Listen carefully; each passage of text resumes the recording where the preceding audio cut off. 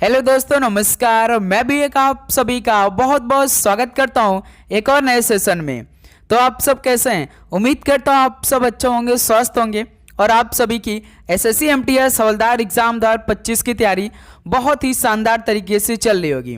तो साथियों, अंतिम बार देख लीजिए एमटीएस हवलदार एग्जाम 2025 के शिफ्टों में कैसे कैसे सवाल पूछे जाते हैं और हर बार साथी इसी लेवल के सवाल पूछे जाते हैं। लगातार 3 सालों से सेम लेवल के क्वेश्चन हर शिफ्ट में पूछे जा रहे हैं। तो उन्हीं प्रश्नों को आज की इस क्लास में हम लोग डिस्कस करेंगे, सारे क्वेश्चन को तैयार करेंगे। तो यदि आप भी साथी एमटीएस हवलदार एग्जाम 2025 की तैयारी कर रहे हैं और अंतिम 1 महीनों में एमटीएस हवलदार 2025 के शिफ्टों की पेपर देने जा रहे हैं, तो ये क्लास आपके लिए होने वाला है, क्योंकि साथी इससे आप सभी का एक सीट पक्की हो सकता है और आपको ये आइडिया लग सकता है कि हमारे पेपर में किस लेवल की सवाल पूछे जाएंगे और हमें किस लेवल के सवाल को तैयार करना है। तो साथी ये सारे 60 क्वेश्चन को आप तुरंत तैयार करिए और अपनी तैयारी को और भी अच्छी तरीके से मजबूत बनाइए, क्योंकि साथी वही प्रश्न हमने तैयार करने के लगभग 1 दिन का समय लिया है। कल 3 क्लास थी, वो तीनों क्लास नहीं आई, तो साथी ये क्लास अभी आ रही है। तो समझ सकते हैं ये क्लास आपके लिए कितना महत्वपूर्ण होने जा रहा है। तो केवल आपको टारगेट रखना है कि 60 क्वेश्चन में से 47 क्वेश्चन सही करने का। ओके साथी, तो चलिए बिना टाइम वेस्ट करते हुए आज की सेशन को स्टार्ट करते हैं और अंतिम तक बस इस क्लास को देख लीजिएगा। सारे क्वेश्चन को हम इसी क्लास में आप सभी को याद करवा देंगे। ओके साथी, तो डेली क्लास में आप सभी को प्रोवाइड कर रहे हैं एमटीएस हवलदार के लिए, एक सुबह 8 बजे, एक दोपहर 12:30 पे और मेरे दोस्त एक शाम 6:30 पर। ओके, तो चलिए भाई आज का पहला प्रश्न हल करेंगे और लास्ट में स्कोर अपना करिएगा सभी साथी। ओके, तो देखिए पहला प्रश्न, हर्षवर्धन राजश्री की बहन का विवाह कान्यकुब्ज के मौखरी वंश के किस राजा के साथ हुआ था? बताइए साथी, हर्षवर्धन राजश्री की बहन का विवाह कान्यकुब्ज के मौखरी वंश के किस राजा के साथ हुआ था? तो मेरे दोस्त याद रखिएगा, ग्रह वर्मन के साथ हुआ था, यानी पहले का बी ऑप्शन बिल्कुल राइट आंसर हो जाएंगे। ओके, चलिए नेक्स्ट अगला सवाल कॉल करिए क्वेश्चन नंबर 2 को। इसमें साथ ही साइंस के भी क्वेश्चन हमने ऐड कर लिया है। आपके पेपर में जीके जीएस से टोटल 25 क्वेश्चन पूछे जाते हैं, उसमें से कम साथ ही 3 से 4 सवाल आप सभी को साइंस के सवाल देखने को मिलेगा। ओके, देखिए जब खमीर शर्करा को किण्वित करता है तो ब्रेड में खमीरीकरण प्रभाव यानी लेवनिंग इफेक्ट मुख्य रूप से किस गैस के कारण होता है? बताइए साथी, जब खमीर शर्करा को किण्वित करता है तो ब्रेड में खमीरीकरण प्रभाव मुख्य रूप से किस गैस के कारण होता है? तो मेरे दोस्त याद रखिएगा, कार्बन डाइऑक्साइड के कारण। तो यहां से डी ऑप्शन क्या हो जाएगा? बिल्कुल राइट आंसर हो जाएंगे। चलिए नेक्स्ट अगला सवाल कॉल करिए क्वेश्चन नंबर 3 को। लाइसोसोम के भीतर पाचन एंजाइम किसके द्वारा बनाए जाते हैं? बताइए साथी, लाइसोसोम के भीतर पाचन एंजाइम किसके द्वारा बनाए जाते हैं? तो मेरे दोस्त याद रखिएगा, जो आपका RER होता है यानी रफ इंडोप्लाज्मिक रेटिकुलम के द्वारा, यानी रुच अंतर प्रद्रव्य जालिका के द्वारा बनाए जाते हैं लाइसोसोम के भीतर पाचन एंजाइम। तो यहाँ से डी ऑप्शन बिल्कुल राइट आंसर हो जाएंगे। ओके, चलिए अगला सवाल कॉल करिएगा क्वेश्चन नंबर 4 को। 2011 की भारतीय जनगणना के लिए भारत में महापंजीयक और जनगणना आयुक्त कौन थे? बताइए साथी, 2011 की भारतीय जनगणना के लिए भारत में महापंजीयक और जनगणना आयुक्त कौन थे? तो साथी याद रखिएगा, डॉक्टर सी चंद्रमौली साहब थे। तो यहाँ से भी ऑप्शन यहाँ से आप सभी का बिल्कुल राइट आंसर हो जाएंगे। चलिए नेक्स्ट अगला सवाल कॉल करिएगा क्वेश्चन नंबर 5 को। निम्नलिखित में से कौन सा विकल्प भारतीय नागरिकों के मौलिक कर्तव्यों के लक्ष्य से संबंधित नहीं है? बताइए साथी, इनमें से कौन सा ऐसा विकल्प है जो कि भारतीय नागरिकों के मौलिक कर्तव्यों के लक्ष्य से संबंधित नहीं है? तो मेरे दोस्त याद रखिएगा, जो साहस है ये आपका लक्ष्य से संबंधित नहीं है। ऑप्शन यहां से आप सभी का बिल्कुल राइट आंसर हो जाएंगे। चलिए दोस्त अगला सवाल कॉल करिए क्वेश्चन नंबर 6 को। जनगणना 2011 के अनुसार भारत का लिंगानुपात कितना है? बताइए साथी, जनगणना 2011 के अनुसार भारत का लिंगानुपात कितना है? तो सर जी टोटल 943 है। तो बी ऑप्शन यहाँ से बिल्कुल परफेक्ट आंसर हो जाएंगे। चलिए दोस्त अगला सवाल कॉल करिए क्वेश्चन नंबर 7 को। 13वीं शताब्दी का वह प्रसिद्ध विनीसियन यात्री कौन था जिसने केरल की यात्रा की थी? बताइए साथी, 13वीं शताब्दी का वह प्रसिद्ध विनीसियन यात्री कौन था जिसने केरल की यात्रा की थी? बताइए साथी। तो याद रखिएगा मार्को पोलो साहब थे। तो सी ऑप्शन बिल्कुल राइट आंसर हो जाएंगे। चलिए भाई अगला सवाल कॉल करिए क्वेश्चन नंबर 8 को। इंदिरा गांधी नहर से निम्नलिखित में से किस राज्य को लाभ हुआ है? बताइए इंदिरा गांधी नहर से किस राज्य को लाभ हुआ? तो सर जी राजस्थान राज्य को लाभ हुआ। बी ऑप्शन राइट आंसर हो जाएंगे। चलिए नेक्स्ट अगला सवाल को हल करिए। जब कोई नदी अपने मध्य मार्ग में होती है तो वह नदी निम्नलिखित में से कौन सा भूदृश्य यानी लैंडस्केप बनाने में सक्षम होती है? बताइए जब कोई नदी अपने मध्य मार्ग में होती है तो वह नदी कौन सा लैंडस्केप बनाने में सक्षम होती है? तो मेरे दोस्त याद रखिएगा एक विसर्प यानी साथी आपका एक अमिंडर, क्या बोलते हैं?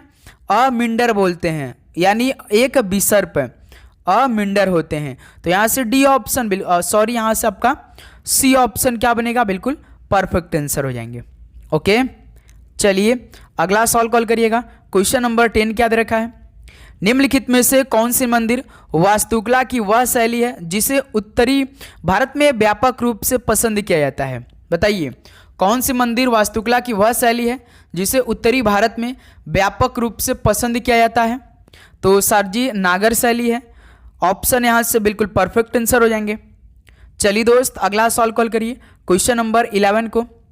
निम्नलिखित में से कौन सा पर्वत शिखर माउंटेन पीक हिमालय का एक भाग है? बताइए कौन सा पर्वत शिखर हिमालय का एक पार्ट है? तो सर जी कॉमेट है। सी ऑप्शन क्या आ जाएगा? बिल्कुल परफेक्ट आंसर हो जाएंगे। तो साथियों उम्मीद करूंगा आपको हर एक क्वेश्चन तुरंत अभी याद हो रहे होंगे और समझ में भी आ रहे होंगे। तो मेरे दोस्त आप चैनल पे नए हैं तो अभी तक सब्सक्राइब नहीं किया है, आपको डेली का डेली क्लास का नोटिफिकेशन नहीं पहुंच पा रहा है, तो मेरे दोस्त आप तुरंत नोटिफिकेशन को ऑन कर लेंगे। ओके क्योंकि हम लगातार आपके लिए तैयारी के लिए बहुत ही शानदार तरीके से एक एक क्वेश्चन को प्रोवाइड करें, वो भी साथ ही चारों विषय के, जो आपका जीके है, इंग्लिश, मैथ और रीजनिंग है। और आज जो सुबह 8 बजे क्लास हुई थी वो आपने क्लास नहीं देखा था तो साथ ही जरूर कंप्लीट पहले उस क्लास को देख कर आइए, क्योंकि वो आपका मॉडल पेपर हुआ था, जिस पेपर का इंतजार था वो पेपर सुबह 8 बजे की क्लास में हमने करा दिया है। तो इस क्लास को एक बार जरूर देख लीजिएगा आप लोग। ओके देखिए कौन भारतीय लोक और आदिवासी नृत्य के साथ संयुक्त करके भारतीय शास्त्रीय नृत्य में यूरोपीय नाट्य तकनीकों को अपनाकर मिश्रित यानी फ्यूजन कला बनाने के लिए प्रसिद्ध थे? बताइए साथी कौन ऐसे भारतीय लोक और आदिवासी नृत्य के साथ संयुक्त करके भारतीय शास्त्रीय नृत्य में यूरोपीय नाट्य तकनीकों को अपनाकर मिश्रित कला बनाने के लिए फेमस थे? तो साहब उदय शंकर जी थे। ऑप्शन से बिल्कुल राइट आंसर हो जाएंगे। चलिए अगला सवाल कॉल करिए। तो देखिए पंडित अरविंद थट्टे निम्नलिखित में से किस घराने से संबंधित है? बताइए पंडित अरविंद थट्टे किस घराने से बिलोंग करते हैं? तो ये मेवाती घराने से बिलोंग करते हैं। बी ऑप्शन बिल्कुल राइट आंसर हो जाएंगे। चलिए नेक्स्ट अगला सवाल कॉल करिएगा। निम्नलिखित में से किसने 5 मार्च 1931 को लॉर्ड इरविन के साथ एक संधि पर हस्ताक्षर किए? बताइए साथी 5 मार्च 1931 को लॉर्ड इरविन के साथ एक संधि पर साइन किसने किया था? तो महात्मा गांधी जी ने किया था। ऑप्शन ए बिल्कुल परफेक्ट आंसर हो जाएंगे। चलिए मेरे दोस्त नेक्स्ट अगला सवाल कॉल करिए। क्वेश्चन नंबर देखिए 15 क्या दे रखा है? निम्नलिखित में से किस प्रणाली में राजस्व एकत्र करके कंपनी को भुगतान करने का प्रभार जमींदार के साथ पर ग्राम प्रधान को दिया गया था? बताइए साथी किस प्रणाली में राजस्व एकत्र करके कंपनी को भुगतान करने का प्रभार जमींदार के स्थान पर ग्राम प्रधान को दिया गया था? तो साथी याद रखिएगा महलवाड़ी। तो यहाँ से डी ऑप्शन बिल्कुल परफेक्ट आंसर हो जाएंगे। किस प्रणाली में दिया गया था? तो महलवाड़ी प्रणाली में दिया गया था। ओके चलिए अगला सवाल को हल करिएगा। हीलियम गैस को किसके द्वारा द्रव अवस्था में परिवर्तित किया जा सकता है? बताइए साथी हीलियम गैस को किसके द्वारा द्रव अवस्था में परिवर्तित किया जा सकता है? तो भाई याद रखिएगा लंदन आकर्षण बल के द्वारा। सी ऑप्शन बिल्कुल राइट आंसर हो जाएंगे। चलिए अगला सवाल कॉल करिएगा। तो देखिए 1982 में फुटबॉल के नेहरू कप प्रतियोगिता नेहरू कप इवेंट के उद्घाटन वर्ष में कौन सी टीम पहले संस्करण की विजेता बनकर उभरी थी? बताइए साथी 1982 में जो फुटबॉल के नेहरू कप प्रतियोगिता का उद्घाटन हुआ था तो उस वर्ष में कौन सी टीम जो थी पहले संस्करण की विजेता बनकर उभरी थी? तो वो उरुग्वे देश थी। कौन थी साथी टीम? उरुग्वे थी। सी ऑप्शन राइट आंसर हो जाएंगे। चलिए नेक्स्ट अगला सवाल कॉल करिएगा। माई कंट्री माई लाइफ किसकी आत्मकथा है? बताइए, माई कंट्री माई लाइफ ये किसकी आत्मकथा है? तो साहब ये तो लाल कृष्ण आडवाणी की है। ऑप्शन सी बिल्कुल राइट आंसर हो जाएंगे। चलिए नेक्स्ट अगला सवाल कॉल करिए। क्वेश्चन नंबर 19 क्या दे रखा है? सरहुल आदिवासियों का कृषि से संबंधित एक त्यौहार है जो मुख्य रूप से भारत के किस राज्य में मनाया जाता है? बताइए साथी, सरहुल मुख्य रूप से भारत के किस स्टेट में मनाया जाता है? तो सर जी सरहुल तो झारखंड में मनाया जाता है मुख्य रूप से, जो कि आदिवासियों का कृषि संबंधित एक त्यौहार है। ऑप्शन ए बिल्कुल राइट आंसर हो जाएंगे। चलिए अगला सवाल कॉल करिएगा। क्वेश्चन नंबर 20 को। कलामंडलम कृष्णन नायर भारत की निम्नलिखित में से किस शास्त्रीय नृत्य शैली में एक जानी मानी हस्ती थे? बताइए, कलामंडलम कृष्णन नायर भारत की किस शास्त्रीय नृत्य शैली में एक जानी मानी हस्ती थे? तो साहब कथकली के लिए। डी ऑप्शन बिल्कुल परफेक्ट आंसर हो जाएंगे। ओके चलिए अगला सवाल कॉल करिए। क्वेश्चन नंबर 21 को। एस अब्दुल नजीर को फरवरी 2023 में किस राज्य का राज्यपाल नियुक्त किया गया था? मेरे दोस्त आपको हर एक स्टेट का राज्यपाल मालूम होना चाहिए, यानी गवर्नर, और हर एक स्टेट का सीएम मालूम होना चाहिए, क्योंकि साथी या तो एक गवर्नर से सवाल पूछा जाएगा या तो एक सवाल सीएम से पूछा जाएगा, कन्फर्म है साथी। ओके तो भाई हर एक स्टेट का जो भारत के सभी 28 राज्य हैं उनके राज्यपाल और वहाँ के सीएम के नाम तो आपको मालूम होना चाहिए। ओके और कई जस्टिस जो उच्च न्यायालय के मुख्य न्यायाधीश हैं उनके नाम भी आप याद कर लीजिएगा, क्योंकि वहाँ से भी सवाल पूछे जा सकते हैं। बताइए, एस अब्दुल नजीर को फरवरी 2023 में किस राज्य का राज्यपाल नियुक्त किया गया था? तो मेरे दोस्त याद रखिएगा आंध्र प्रदेश का। ऑप्शन ए राइट आंसर हो जाएंगे। चलिए अगला सवाल कॉल करिएगा। क्वेश्चन नंबर 22 को। डप्पू नृत्य यानी डप्पू डांस निम्नलिखित में से किस राज्य की प्रसिद्ध नृत्य शैली है? बताइए, डप्पू नृत्य किस राज्य की प्रसिद्ध नृत्य शैली है? तो ये सर जी आंध्र प्रदेश के डप्पू नृत्य। ऑप्शन सी बिल्कुल राइट आंसर हो जाएंगे। चलिए अगला सवाल कॉल करिए। क्वेश्चन नंबर 23 को। नागालैंड का सेकेरनी महोत्सव प्रतिवर्ष किस महीने में मिनी हॉर्नबिल ट्राइबल फेस्टिवल के एक हिस्से के रूप में मनाया जाता है, जो दावत और गायन के साथ शुद्धिकरण का महोत्सव है? बताइए साथी, नागालैंड का सेकेरनी महोत्सव प्रतिवर्ष किस महीने के में मिनी हॉर्नबिल ट्राइबल फेस्टिवल के एक हिस्से के रूप में मनाया जाता है, जो दावत और गायन के साथ शुद्धिकरण का महोत्सव है? तो साथ याद रखिएगा फरवरी के महीने मनाया जाता है। ऑप्शन सी राइट आंसर हो जाएंगे। चलिए अगला सवाल कॉल करिएगा। क्वेश्चन नंबर 24 को। भारतीय संविधान में सरकार के अर्ध संघीय यानी क्वेसी फेडरल स्वरूप का मॉडल किस देश से लिया गया है? बताइए, भारतीय संविधान में सरकार के अर्ध संघीय स्वरूप का मॉडल किस देश से लिया गया है? तो साथ ही याद रखिए कनाडा देश से लिया गया है। ऑप्शन ए राइट आंसर हो जाएंगे। ओके चलिए नेक्स्ट अगला सवाल कॉल करिए। क्वेश्चन नंबर 25 को। निम्नलिखित में से कौन सी खनिज की कमी से होने वाला रोग है? बताइए साथी, किस खनिज की कमी से होने वाला रोग है भाई? सभी साथी बताएंगे। निम्नलिखित में से कौन सी खनिज की कमी से होने वाला रोग है? मरासमस, जैसे साथी मरासमस क्या होता है? कुपोषण, और भोजन जैसे आप थोड़ा सा कम भोजन टाइप अच्छा नहीं मिल पाता तो कुपोषण होता है, मरासमस होता है। स्कर्वी साथी विटामिन सी की कमी से होता है। विटामिन सी की कमी से। सूखा रोग किससे होता है? रिकेट्स, जिसे हम क्या बोलते हैं साथी? रिकेट्स बोलते हैं। और विटामिन डी की कमी से घेंघा हो जाता है मेरे दोस्त, ये बात याद रखिएगा। तो इस सवाल का परफेक्ट आंसर क्या हो जाएगा? तो कौन सी खनिज की कमी के, यानी साथी घेंघा होता है, जो कि आयोडीन की कमी से हो जाता है, खनिज है। डी ऑप्शन बिल्कुल परफेक्ट आंसर हो जाएंगे। चलिए भाई नेक्स्ट अगला सवाल कॉल करिएगा। क्वेश्चन नंबर 26 को। कर्तन दहन प्रणाली यानी स्लैश एंड बर्न कृषि के संदर्भ में निम्नलिखित में से कौन सा नाम उड़ीसा से संबंधित नहीं है? बताइए साथी, स्लैश एंड बर्न कृषि के संदर्भ में कौन सा नाम उड़ीसा से बिलोंग नहीं है? तो साथी याद रखिएगा रोका नहीं है। सी ऑप्शन बिल्कुल राइट आंसर हो जाएंगे। ओके चलिए नेक्स्ट अगला सवाल कॉल करिए। क्वेश्चन नंबर 27 को। महाबलीपुरम में सौर मंदिर का निर्माण किस राजा नरसिंह वर्मन द्वितीय के शासनकाल में किया गया था? बताइए साथी। महाबलीपुरम में सौर मंदिर का निर्माण किस राजा नरसिंह वर्मन द्वितीय के शासन में काल में किया गया था? तो सर जी, सौर मंदिर का निर्माण राजा नरसिंह जो द्वितीय थे, ये किस वंश से बिलोंग करते थे? तो साथी याद रखिएगा, पल्लव से। डी ऑप्शन क्या हो जाएगा? बिल्कुल परफेक्ट आंसर हो जाएंगे। ओके, चलिए अगला सवाल कॉल करिएगा, क्वेश्चन नंबर 28 को। निम्नलिखित में से किस विकल्प में सभी सदिश राशि है, यानी वेक्टर क्वांटिटी है? यानी वो ऑप्शन देखना जिसमें साथी मैग्नीट्यूड और डायरेक्शन दोनों हो, उसको हम क्या बोलते हैं? वेक्टर क्वांटिटी बोलते हैं, है ना। वेक्टर क्वांटिटी में मैग्नीट्यूड और आपका डायरेक्शन दोनों होता है। तो इनमें से कौन सा ऐसा ऑप्शन है? तो देखिए, आपका एक फोर्स है, वेलोसिटी है, एक्सेलेरेशन है, आपका वेट है, और ये त्वरण है। यानी साथी बल, वेग, संवेग, भार और त्वरण, ये सभी क्या है? वेक्टर क्वांटिटी हैं, जिनमें भाई डायरेक्शन और मैग्नीट्यूड दोनों साथ में रहते हैं। तो डी ऑप्शन राइट आंसर हो जाएंगे। चलिए दोस्त, अगला सवाल कॉल करिए, क्वेश्चन नंबर 29 को। अनूठी वास्तुकला वाले गंगैकोंड चोलपुरम के मंदिर किस राजा बादशाह द्वारा बनवाए गए थे? बताइए साथी, अनूठी वास्तुकला वाले गंगैकोंड चोलपुरम के मंदिर किस राजा बादशाह द्वारा बनवाए गए थे? तो राजा राजेंद्र के द्वारा बनवाया गया था। डी ऑप्शन राइट आंसर हो जाएंगे। ओके, चलिए नेक्स्ट अगला सवाल कॉल करिएगा, क्वेश्चन नंबर 30 को।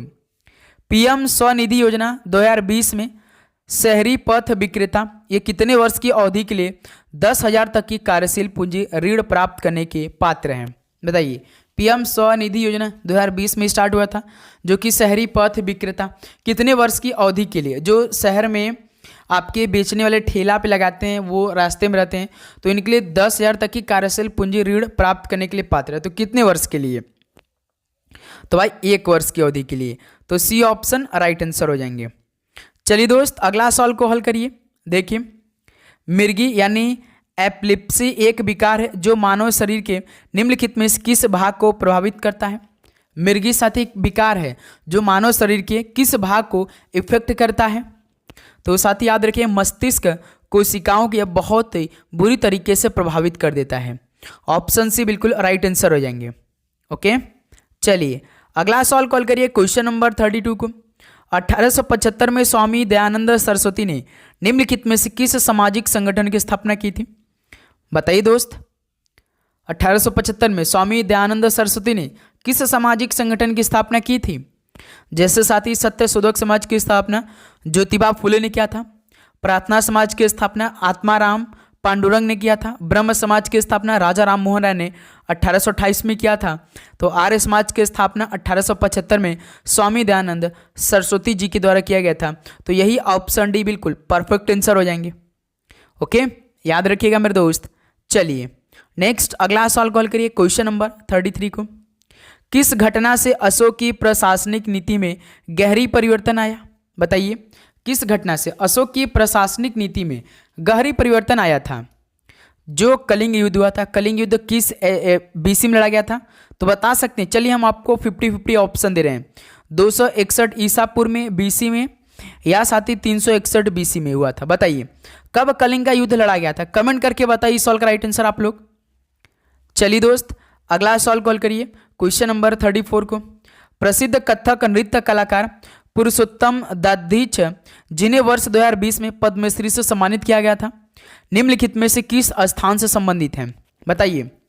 प्रसिद्ध कथक नृत्य कलाकार पुरुषोत्तम दाधीच, जिन्हें वर्ष 2020 में पद्मश्री से सम्मानित किया गया था, वह किस राज्य से बिलोंग करते हैं? तो साथी याद रखिएगा, एमपी से यानी मध्य प्रदेश से बिलोंग करते हैं। ऑप्शन से बिल्कुल राइट आंसर हो जाएंगे। चलिए अगला सवाल कॉल करिए, क्वेश्चन नंबर 35 को। निम्नलिखित में से कौन सा विकल्प लैगून का उदाहरण है? बताइए साथी, इनमें से कौन सा विकल्प लैगून का एक एग्जाम्पल है? लैगून मतलब साथी आपका खाड़ी, जिसे हम लोग खाड़ी बोलते हैं। तो खाड़ी का एग्जाम्पल कौन है? नैनीताल। कौन है साथी? खाड़ी का एक विकल्प जो कि एग्जाम्पल है वो है ऑप्शन है नैनीताल। बिल्कुल परफेक्ट आंसर हो जाएंगे। चलिए अगला सवाल कॉल करिए, क्वेश्चन नंबर 36 को। खेलों के संदर्भ में WFI का पूर्ण रूप क्या है? बताइए। खेलों के संदर्भ में WFI है, इसका फुल फॉर्म क्या होता है? तो याद रखिएगा, रेसलिंग फेडरेशन ऑफ इंडिया होता है। क्या साथी?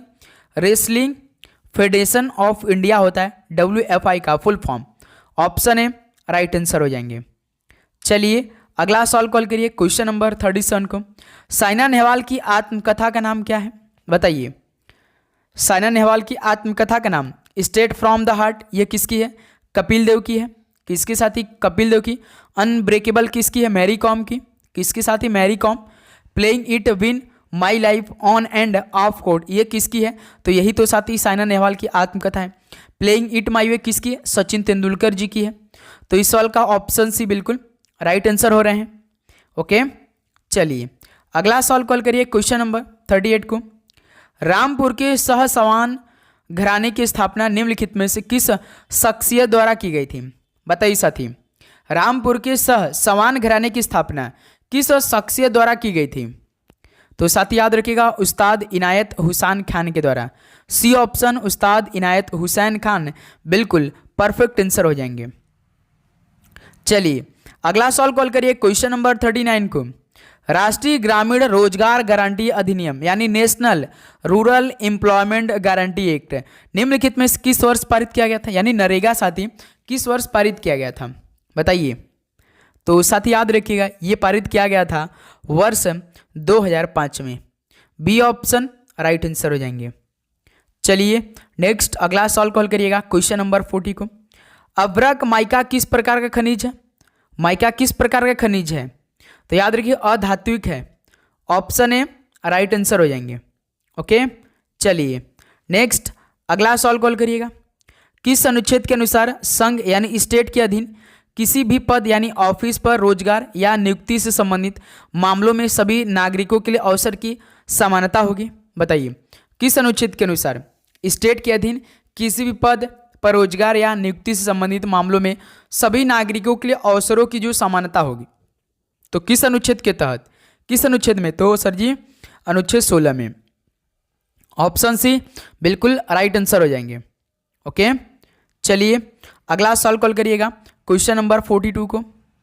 निम्नलिखित में से किस अधिनियम के तहत वॉरेन हेस्टिंग को बंगाल का गवर्नर जनरल नियुक्त किया गया था? बताइए। किस अधिनियम के तहत वॉरेन हेस्टिंग को बंगाल का गवर्नर जनरल नियुक्त किया गया था? तो साथ ही याद रखिएगा रेगुलेटिंग एक्ट के में। तो यहाँ से ऑप्शन डी रेगुलेटिंग एक्ट 1773 में। तो डी ऑप्शन क्या हो जाएगा? बिल्कुल राइट आंसर हो जाएंगे। ओके, चलिए अगला सवाल कॉल करिएगा, क्वेश्चन नंबर 43 को। भारत के संविधान के कौन से अनुच्छेद केंद्र में सरकार के संसदीय स्वरूप का प्रावधान करते हैं? बताइए। भारत के संविधान के कौन से अनुच्छेद में केंद्र में सरकार के संसदीय स्वरूप का प्रावधान करते हैं? तो अनुच्छेद 74 और 75 में। ऑप्शन सी राइट आंसर हो जाएंगे। चलिए अगला सवाल कॉल करिए, क्वेश्चन नंबर 44 को। 1950 में भारत के प्रथम गणतंत्र दिवस के मुख्य अतिथि निम्नलिखित में से कौन थे? बताइए। 1950 में भारत के पहले गणतंत्र दिवस के मुख्य अतिथि कौन थे? तो याद रखिएगा सुकर्णो साहब थे। कौन थे? सुकर्णो थे। सी ऑप्शन राइट आंसर हो जाएंगे। चलिए अगला सवाल कॉल करिए दोस्त, क्वेश्चन नंबर 45। तो साथ ही लास्ट में स्कोर आप सभी को करना है और आपको नोटिफिकेशन को ऑन करना है। यदि आप भी MTS हवलदार एग्जाम 2025 की तैयारी बहुत ही मन से करें तो भाई आपको डेली क्लास लेना है, सुबह 8 बजे, दोपहर 12:30 और शाम 6:30 का। तो इससे आपको एक सीट मिलेगी आराम से। यदि आप लगातार साथी मेहनत करते हैं हमारे साथ तो इस बार आप एक सीट अच्छी तरीके से ले सकते हैं, केवल GK और इंग्लिश से पढ़ के। ओके, 2022 में सोनू निगम को निम्नलिखित में से किस क्षेत्र में पद्मश्री से सम्मानित किया गया था? बताइए। 2022 में सोनू निगम को किस क्षेत्र में पद्मश्री से सम्मानित किया गया था? तो साथी याद रखिए कला के लिए। डी ऑप्शन राइट आंसर हो जाएंगे। ओके, चलिए अगला सवाल कॉल करिए, क्वेश्चन नंबर 46 को। निम्नलिखित में से किस वर्ष भारत छोड़ो आंदोलन शुरू हुआ था? बताइए साथी। किस वर्ष में इंडिया क्विट मूवमेंट स्टार्ट हुआ था? तो सर जी 1942 में स्टार्ट हुआ था, जो कि डी ऑप्शन बिल्कुल राइट आंसर हो जाएंगे। ओके, चलिए अगला सवाल कॉल करिए, क्वेश्चन नंबर 47 को। निम्नलिखित में से कौन सा भारत का पहला क्षेत्रीय ग्रामीण बैंक यानी रीजनल रूरल बैंक था? बताइए। भारत का पहला क्षेत्रीय ग्रामीण बैंक कौन था? तो साथ ही याद रखिएगा प्रथम बैंक था। बी ऑप्शन क्या हो जाएगा? बिल्कुल राइट आंसर हो जाएंगे। चलिए दोस्त अगला सवाल कॉल करिए क्वेश्चन नंबर 48 को। निम्नलिखित में से कौन सा पुरस्कार मध्य प्रदेश सरकार द्वारा प्रायोजित नहीं है? तो इनमें से कौन सा पुरस्कार मध्य प्रदेश सरकार द्वारा प्रायोजित नहीं है? तो याद रखिएगा साथी, टैगोर रत्न, ये मध्य प्रदेश सरकार द्वारा पुरस्कार प्रायोजित नहीं है। बी ऑप्शन राइट आंसर हो जाएंगे। ओके, चलिए दोस्त अगला सवाल कॉल करिएगा क्वेश्चन नंबर 49 को। मैत्रिक वंश की स्थापना भारत के किस भाग में हुई थी? बताइए, मैत्रिक डायनेस्टी की स्थापना भारत के किस पार्ट में हुई थी? तो ये पश्चिमी भाग में हुई थी। ऑप्शन ए राइट आंसर हो जाएंगे। चलिए अगला सवाल कॉल करिएगा क्वेश्चन नंबर 50 को। निम्नलिखित में से कौन सा तत्व कमरे के तापमान 25 डिग्री सेल्सियस पर द्रव अवस्था में होता है? बताइए, कौन सा तत्व कमरे के तापमान यानी 25 डिग्री सेल्सियस पर द्रव अवस्था में होता है? तो साथ ही याद रखिएगा ब्रोमीन और पारा यानी mercury. Option A right answer हो जाएंगे। ओके, चलिए अगला सवाल कॉल करिएगा क्वेश्चन नंबर 51 को। निम्नलिखित में से कौन सी नृत्य शैली पूर्वी भारत के मुख्य रूप से उड़ीसा, झारखंड और पश्चिम बंगाल जैसे राज्यों से संबंधित है? तो ये सवाल तो आपको जरूर मालूम होना चाहिए, क्योंकि साथी हो सकता है कि आने वाले शिफ्टों में ये सवाल पूछा जा सकता है। जो ऐसा छऊ नृत्य शैली है मेरे दोस्त, ये उड़ीसा, झारखंड और पश्चिम बंगाल जैसे राज्यों से बिलोंग है। ये बात याद रखिएगा, छऊ तो आपको मालूम होना चाहिए। ओके, बी ऑप्शन बिल्कुल राइट आंसर हो जाएंगे। चलिए नेक्स्ट अगला सवाल कॉल करिएगा। निम्नलिखित में से कौन सी फसल भारत में खरीफ के मौसम में उगाई जाती है? बताइए, इनमें से ऐसी कौन सी फसल है जो कि भारत में खरीफ के मौसम में उगाई जाती है? जैसे सोयाबीन आपका साथी रबी का मौसम है, ये अब कहाँ का खरीफ का है? एक सेकंड भाई, यही तो खरीफ का है भाई, ये खरीफ का है। जौ आपका रबी का यानी ठंडी का समय है। और सरसों ये भी साथी कहाँ का है? ये भी आपका कब होता है?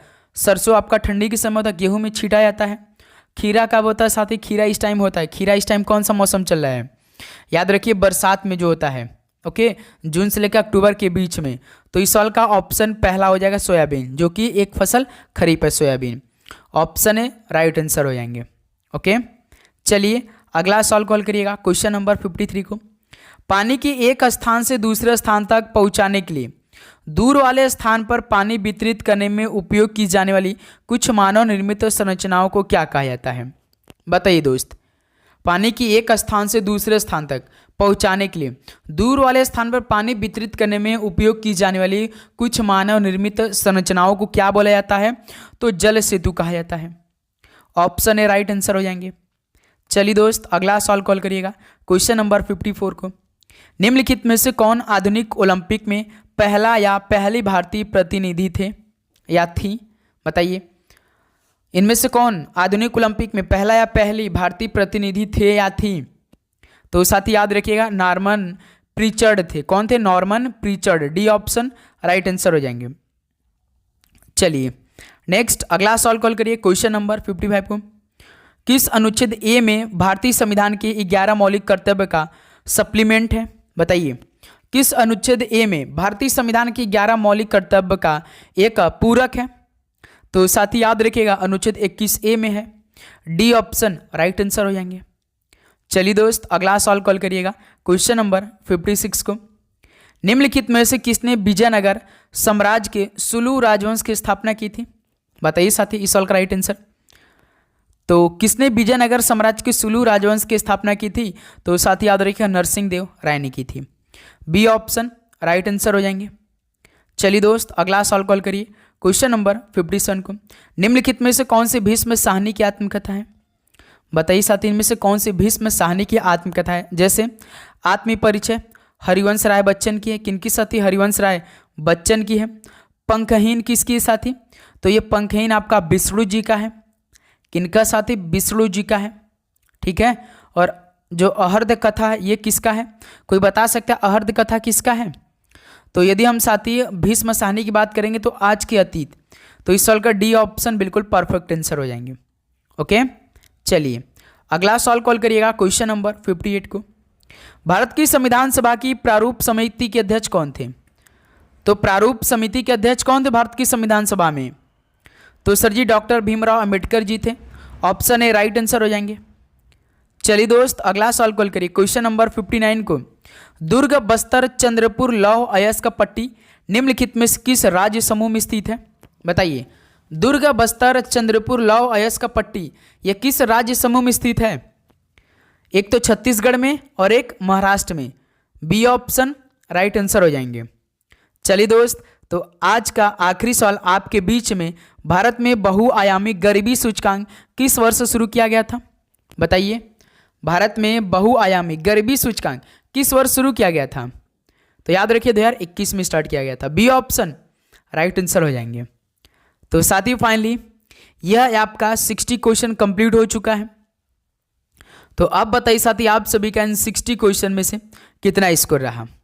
सभी साथी ईमानदारी के साथ बताएंगे आप सभी का टोटल 60 क्वेश्चन में से कितना स्कोर रहा। तो उम्मीद करूंगा दोस्त आपको हर एक क्वेश्चन बहुत ही अच्छी तरीके से समझ में आया होगा और आपने पूरे 60 का 60 क्वेश्चन इसी क्लास में याद कर लिया होगा, क्योंकि बहुत ही अच्छी तरीके से एक एक क्वेश्चन हमने आपको समझाते हुए आगे बढ़ा है। बताइए साथी आपका कितना स्कोर रहा और आप सभी की तैयारी किस लेवल की चली, और आप डेली का डेली मॉक टेस्ट तो लगा रहे हैं? क्यों साथी, एक भी दिन गैप नहीं करना आप सभी को। अब डेली क्लास आएगी सुबह, दोपहर और शाम में, तो आप सभी को नोटिफिकेशन को ऑन करना है। जल्द ही साथी आप सभी को एग्जाम डेट देखने को मिल सकता है, क्योंकि साथी जो पहले आरआरबी ग्रुप डी एग्जाम होने वाला था, अब साथी उसका फैसला 31 अक्टूबर को आएगी। आप समझ सकते हैं अब एग्ज़ाम तो नवंबर के लास्ट में ही अब हो सकता है।